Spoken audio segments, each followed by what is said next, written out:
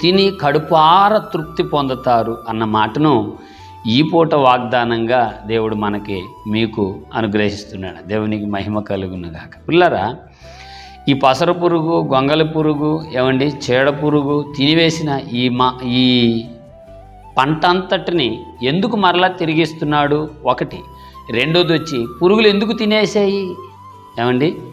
ఇశ్రాయేలు నాటిల్లో దినాల్లో ఆ ప్రజలు దుష్ప్రవర్తన కలిగిన వారై ఇచ్చిన తన దేవుడికి లోబడక ఆయనను అతిక్రమించి వీళ్ళ ఆలోచనలు వీళ్ళ తలంపులతో సతమతంలాడిపోతుంటే దేవుడు పురుగులు అనే తన సైన్యాన్ని పంపి వారికి కాస్త మనం మంచిగా చెప్పుకుంటాం, కాస్త బుద్ధి చెప్పి ధైర్యపరిచినట్లుగా మనకు వాక్య ఆధారాల్లో కనబడుతుంది. ప్రేమించేవాడు గద్దిస్తాడు అన్న పదం మనం